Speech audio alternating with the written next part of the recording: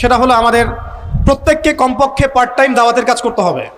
দাওয়াত এবং তাবলীগের কাজটা এটা এখন আমভাবে সকলের উপর বর্তিয়ে গিয়েছে। এটা ব্যাপারটা এমন নয় যে ওলামায়ে কেরামগণ দাওয়াতের কথা বলবেন, তাবলীগের কথা বলবেন, আমাদের উপর কোনো জিম্মেদারি নাই। ব্যাপারটা কিন্তু এমন নয়। আমাদের প্রত্যেককে সৎ কাজে আদেশ করতে হবে, অসৎ কাজে নিষেধ করতে হবে। এবং আপনারা তো সবাই জানেন, হুযায়ফা রাদিয়াল্লাহু আনহু থেকে যে হাদিসটা বর্ণিত হয়েছে সহিহ মুসলিম শরীফে এসেছে যে যদি আমরা সৎ কাজে আদেশ না করি, অসৎ কাজে নিষেধ না করি, তাহলে আল্লাহর পক্ষ থেকে বিপদ আপদ, বলা মুসিবত, গজব আসবে। এই সময়ে ওই কম দোয়া করবে, কিন্তু এই দোয়া আল্লাহর দরবারে কবুল হবে না। তাই আল্লাহ রাব্বুল আলামিন আমাদের সবাইকে সৎ কাজে আদেশ করার তৌফিক দান করেন, অসৎ কাজে নিষেধ করার তৌফিক দান করেন, হালাল খাওয়ার তৌফিক দান করেন এবং দাওয়াত ও তাবলীগের সবাইকে এই মেহনতে যুক্ত থাকার তৌফিক দান করেন।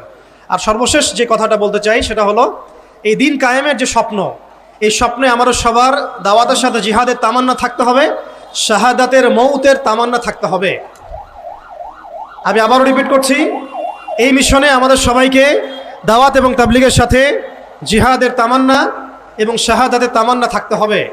হাদিসে স্পষ্ট এসেছে, যে ব্যক্তি জিহাদ করে না বা জিহাদের আকাঙ্ক্ষাও করে না, যে ব্যক্তি জিহাদ করে না এবং জিহাদের আকাঙ্ক্ষাও কখনো করে না, সে ব্যক্তি যেন মুনাফিকের মৃত্যুর একটা শাখার উপর মৃত্যুবরণ করলো।